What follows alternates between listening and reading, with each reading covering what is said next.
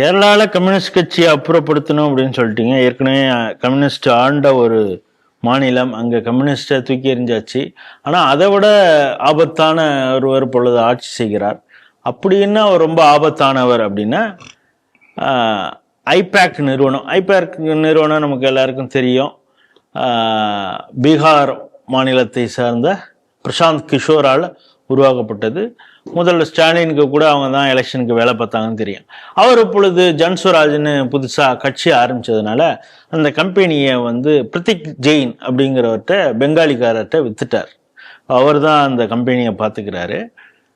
அந்த கம்பெனி இப்போ பெரும்பாலும் மம்தாவுக்கு தான் வேலை பார்த்துக்கிட்டு இருக்காங்க. அங்கே அந்த கம்பெனி தேர்தல் வேலையை மட்டும்தான் பார்க்குறாங்களாங்கிறது தான் இப்போ சந்தேகம் வந்திருக்கு. ஏன்னா அதில் மிகப்பெரிய அளவில் ஊழல் பணம் முதலீடு செய்யப்பட்டு இருக்கிறது.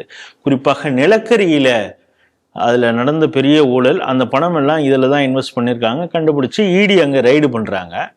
காலையில் 7 மணிலேருந்து ரைடு நடக்குது. திடீர்னு பார்த்தா ஒரு 11-12 மணிக்கு போலீஸார் புடைசூழ உள்ளே மம்தா பானர்ஜி.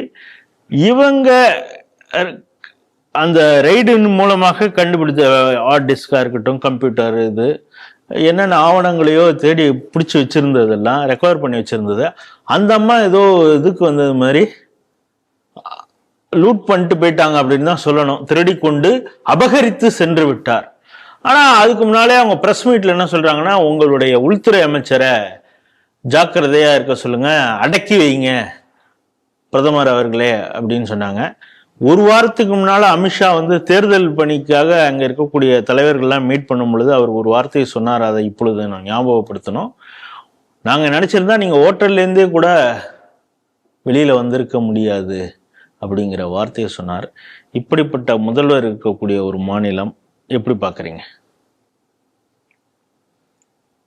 இப்போ யூபியில் எஸ்ஐஆர்ல 2.5 கோடி வாக்காளர்கள் காணாம வரைவு இதில் இப்போ வந்திருக்கு. வரைவில் வெஸ்ட் பெங்கால்ல அறிவிக்கப்பட்டபடி 52 லட்சம் காணாம போயாச்சு. ஆனால் 1 கோடி பேர் சஸ்பீஷியன் அப்படின்னு இடத்துல வைக்கப்படுகிறார். அதாவது 1.5 கோடி பேர். இந்த அம்மா நான் அதை நடக்க விட மாட்டேன்ல, எதெல்லாமே சேலஞ்ச் பண்ணிச்சு, குட்டிக்காரன் அடிச்சது, ஒன்றும் நடக்கலை. இப்போ 1.5 கோடி பேர் இங்கே. இந்த 2ஐயும் 1ஐயும் சேர்ந்தா 4 கோடி. தமிழ்நாட்டில் ஆல்மோஸ்ட் 1 கோடி, 97 lakhsங்கிறது 1 கோடி. கிட்டத்தட்ட இந்த எஸ்ஐஆர் மூலமாக இந்தியாவில் 8 to 9 crore வாக்காளர்கள் காணாமல் போவார்கள் என்று சொல்லப்படுது. அதில் செத்து போனவங்களை விட்டுருங்க, இடம் மாறினவங்க திருப்பி வர்றவங்களை விட்டுருங்க, எல்லாத்தையும் விட்டா கூட இன்ஃபில்ட்ரேஷன் என்று நாம் சொல்லி கொண்டிருந்தோம் இல்லையா? பங்களாதேஷ்லேருந்து உள்ள வந்தவர்கள் இந்தியாவில் 2 கோடி பேர் இருப்பாங்க, 3 கோடி பேர் இருப்பாங்கன்னு வேற வேற கணக்கு சொல்லிட்டு, திருப்பூர்ல 40,000 பேர் இருப்பாங்க, கோயம்புத்தூர்ல 40,000 பேர் இருப்பாங்க, அப்படிலாம் சொல்லப்பட்டது. அதாவது இந்த மாவட்டத்தில் இன்னைக்கு கணக்குப்படி குறைந்தபட்சம் இன்ஃபில்ட்ரேட்டர்ஸ் மட்டுமே 6 கோடி பேர் இருப்பார்கள் அப்படின்னு ஒரு பெரிய ஆபத்து வந்து. இதெல்லாம் முந்தின காங்கிரஸ் அரசாங்கம் அனுமதித்து வந்திருக்கிறது. 10 வருஷமா அந்த சிஐஏ வந்தது. சிஐஏ கூட அது கூட மற்றவர்களுக்கு குடியுரிமை கொடுக்க வந்ததுதான், யாருக்கும் குடியுரிமை என்ஆர்சி வரக்கூடாதுன்னு அப்ப தடுத்ததும் கூட இதுவும் ஒரு காரணம். என்ஆர்சி வரக்கூடாது. ஆகினால ரொம்ப அழகா ஸ்மார்ட்டாக எலெக்ஷன் கமிஷன் என்ஆர்சியை எலெக்ஷன் கமிஷன் மூலமா வேறு விதமாக செய்திருக்காங்க. பட் அரசாங்கம் செய்ததான் நாம் சொல்ல முடியாது. சொன்னா அப்புறம் எலெக்ஷன் கமிஷன் ஸ்டாச்சுட்டரி பாடின்னு ஆரம்பிச்சிருவாங்க. ஆனால் ரொம்ப தெளிவாக இந்த இன்ஃபில்ட்ரேட்டர்ஸ்க்கு இப்போ ஆப்பு இல்லை இதுல சொல்றது இல்லை. இப்போ காங்கிரஸ் கொண்டு வந்ததுதான் ஆதார். ஆமா, அந்த ஆதார்ல கிட்டத்தட்ட 47,000 கோடி செலவு பண்ணியிருந்தாங்க. நந்தன் நில்கேனி அவர் தான் அந்த ப்ராஜெக்ட் எடுத்திருந்தது. அந்த நேரத்துல பாஜக அதை எதிர்த்தது. ஆமா, அதுக்கப்புறம் அவரே பாஜகவை பாராட்டினாரு. இதை எப்படி யூட்டிலைஸ் பண்றதுன்னு அதுக்கப்புறம் மோடி இவ்வளவு செலவழிச்சாச்சு, அதை தூக்கி குப்பையில போடக்கூடாதுங்கிற எண்ணம் இருந்தது, பாசிட்டிவா யூஸ் பண்ணணுங்கிற எண்ணம் இருந்தது.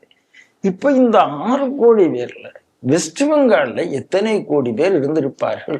இப்போ 1 கோடின்னு சொல்றோம். அப்போ இந்த அம்மா பயப்படுதில்லை. இந்த அம்மா 2 காரியத்துக்காக பயந்துருக்கு. நீங்க இந்த அம்மா ஒண்ணும் இல்லைங்க, இதே இன்ஃபில்ட்ரேட்டர்ஸ் பில் வந்த போது தொடக்கத்துல அவர்கள்தான் வெஸ்ட் பெங்காலுக்கு ஆபத்து என்று சொல்லி பார்லிமெண்ட்ல சண்டையை போட்டு அந்த கார்டே கொடுக்கணும்னு சொல்லி அப்படி அந்த கிணறுன்னு சொல்லுவாங்க வெள்ள அங்க போய் கிழிச்சு எரிந்துட்டு வந்த வீடியோ இப்ப கூட வைரல் ஆயிட்டு இருக்கு. யாரு மம்தா பண்ண வீடியோ. எப்போதும் அந்த அம்மா எக்ஸ்ட்ரீமா தான் போகும். தானே பாதுகாப்புக்கு ஊர்வலம் நடத்தினது, பெண் பாதுகாப்புக்கு அந்த மெடிக்கல் காலேஜ். இப்ப என்ன பண்ணிட்டு நேரடியாக தானே போய் ஈடி ரைடு இருக்கிற இடத்துல ஈடி கைப்பற்றின பில்லை புடுங்கி கொண்டு வந்துவிட்டு. அப்பனா என்ன அர்த்தம்னா அல்டிமேட்டா வேற யாரும் பண்ண முடியாதுங்கிற பயம் அதுக்கு வந்தாச்சு. வேற யாரும் அனுப்பினாலும் அதுக்கு நம்பகத்தன்மை இல்லைங்கிற எண்ணம் வந்தாச்சு. இதை விட பைத்தியக்காரத்தனம் இருக்கவே முடியாது. அவங்க எலெக்ஷன், நீங்க என்ன நம்ம ஊர்ல நாம சொல்றோம்ல, ஆம்புலன்ஸாக இல்லை, அதுலயும் கடத்தல் நடக்குதுன்னு நம்ம ஒரு சந்தேகப்பட்டோம். அங்கேருந்து வெளிநாட்டுல உள்ள வரான், தங்க கடத்தலை எங்கெங்கெல்லாமோ வச்சுட்டு வரான். நாம கற்பனை கூட பண்ண முடியாத அளவுக்கு உடல் பாகத்திலேயே வச்சுட்டு வரான் பாக்குறோம். அப்போ அந்த மாதிரி நேரடியாக அந்த இடம் எலக்டோரல் ஒரு இன்ஸ்டிடியூஷன், ஒரு ஐபேக் என்பது ஒரு தேர்தல் ஆய்வு மையம் உங்களுக்கு உதவி பண்ணுது. அவர்களை அதை தவிர நீங்க வேலை செய்ய வைத்திருக்கிறீர்களா என்றால் ஆம் அப்படிங்கிறது அந்த ஊழல். அப்ப அந்த ஊழலுடைய அங்க வேற யாரு போறா? ஒரு கம்பெனிக்காக போய் இந்த அம்மா எதுக்கு இது பண்ணணும்? அப்போ அந்த கம்பெனில போய் அதை எடுக்கிறாங்கன்னா அது ஊழல் தான். 2 விஷயம் இருக்கு. 2வது எங்க டேட்டாவை எடுத்துட்டாங்கிறாங்க. அப்படி என்ன டேட்டா அதுல ரகசியமா இருக்கும் போது எனக்கு ஒன்றும் புரியல. அதுல எங்க ஓட்டர்ஸ் சார், எலெக்ஷன் கமிஷன் உங்களை பிஎல்ஏ ரிஜிஸ்டர் பண்ணி தான் வாங்குது, ஓட்டர்ஸ் கொடுக்க தான் செய்யுது. அதுல உங்க இது நீங்களே உங்களுடைய பார்ட்டியினுடைய மெம்பர்ஷிப்னா அது ஒரு அதுல ரகசியம் இருக்க போதுன்னு சார். உங்க பார்ட்டியினுடைய மெம்பர்ஷிப்ல என்ன ரகசியம் இருக்க போகுது? உங்க பார்ட்டியினுடைய பிஎல்ஏக்கள்ல என்ன ரகசியம் இருக்க போகுது? அப்போ அது எங்களுடைய ரிஜிஸ்டர் அப்படின்னா என்ன அர்த்தம்னா 2 விஷயம். எத்தனை இடத்துல நீங்க கள்ள ஓட்டை திணித்து இருந்தீர்கள் அப்படின்னு உங்களுக்கு ஒரு பயம் வந்திருக்கலாம். இதெல்லாம் வாங்கிட்டு போனதுனால அமித்ஷா ஜெயிச்சிருவாரா? ஜெயிக்க மாட்டார். மக்கள் உங்க கூட இருந்தா இப்படி சார் அமித்ஷா ஜெயிப்பார். அப்ப நீங்க தவறு பண்ணி இருக்கிறீர்கள், பயந்து போய் எடுத்திருக்கிறீங்க. இன்னைக்கு அது கல்கத்தா உயர் நீதிமன்றத்தில் எடுத்துக்கொள்ளப்படும் என்று நாம இப்ப பேசிட்டு இருக்கோம். எந்த நேரத்தில் எடுத்துக்கொள்ளப்படும் என்பது நமக்கு தெரியாது. எடுத்துக்கொள்ளப்படும்னு என்ன பொறுத்தளவுல இது ஒரு பறிமுதல் செய்த குற்றம் அப்படிதான் பாக்குறேன். எப்படி மத்திய அரசாங்கத்தினுடைய துறை ஒரு நடவடிக்கை எடுக்காமல் தடுப்பது என்பது ஒரு குற்றம். நீங்க எல்லாத்தையும் பண்ணலாம். நம்ம தமிழ்நாடு அரசு பண்ணலையா? சிஎஸ்எஃப் போகக்கூடாதுன்னு தமிழ்நாடு போலீஸ் வைக்கலையான்னு. அதாவது இந்த ஆளும் எதிர்கட்சி மாநிலங்கள் செந்தில் பாலாஜி ரைடு போறப்ப பெண்கள் அவங்க வந்த காரெல்லாம் உடைச்சாங்க, கண்ணாடியை உடைச்சாங்க, பென் டிரைவ் பிடிங்கிட்டு போனாங்க. ஆமா, அதெல்லாம் பார்த்தோம். அதனால பாக்குறோம் சார். பஞ்சாப்ல மோடியவே இறங்க விடலையே சார். நீங்க என்ன அவங்க பண்ணீங்க? அதனால அந்த விரக்தி இருக்குல்ல, உங்களுடைய எண்டு கேம் அப்படின்னு தான் பாக்குறேன். இது மம்தாவினுடைய எண்டு கேம் அப்படின்னு நான் இதை பார்க்குறேன். அதனால இதுக்கு மேல மமதாவுக்கான வாழ்க்கை இல்லை. எனக்கு இன்னைக்கு இருக்கிறல எஸ்ஐஆர் வந்ததுனால 2 காரணம். எஸ்ஐஆர் வந்ததன் காரணமாக நிறைய பேர் இப்ப திரும்பி போறாங்க. இந்த வக்ஃபா பற்றி வந்தது காரணமாக நிறைய ஆக்கிரமிப்புகள் எடுக்கப்பட்டு நிறைய பேர் தெருவில் நிற்கிறார்கள். எல்லாம் ஆக்கிரமிப்பு. அதை விட மோசம் என்னன்னா, பல ஆண்டுகளாக எலக்ட்ரிசிட்டியே கொடுக்காமல் இருந்திருக்காங்க. அது எப்படி? அப்ப இந்த நாட்டினுடைய வளங்கள் எப்படி கொள்ளையடிக்கப்பட்டது? அந்த ஒருத்தர் சொன்னாரு, இந்த நாட்டினுடைய வளங்கள்ல உங்களுக்கு தான் ஃபர்ஸ்ட் பிரியாரிட்டின்னு ஒருத்தர் சொன்னார். ஒரு பிரைம் மினிஸ்டரே சொல்லி தொலைச்சாரு. அப்ப எந்த அளவுக்கு மற்றவங்களாம் காசு கொடுப்பான், நீங்க காசு கொடுக்க மாட்டீங்க. மற்றவங்களாம் குடும்ப கட்டுப்பாடு பண்ணுவான், நீங்க பெற்று தொலைப்பீங்க. என்னையா இது நியாயம்? ஆகையினால இன்னைக்கு இந்த அயோக்கியத்தனம் முற்றுப்புள்ளிக்கு வருகிறது.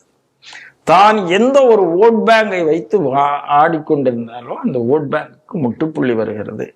அதனால மமதா நிலை உழைந்து போயிருக்கிறார். இது மேல இதுல விமர்சிக்கிறதுக்கு ஒண்ணுமே இல்லை. அவர் காணாம போகக்கூடிய நாள் அதி விரைவில் இல்லை என்றுதான் சொல்லப்படும்.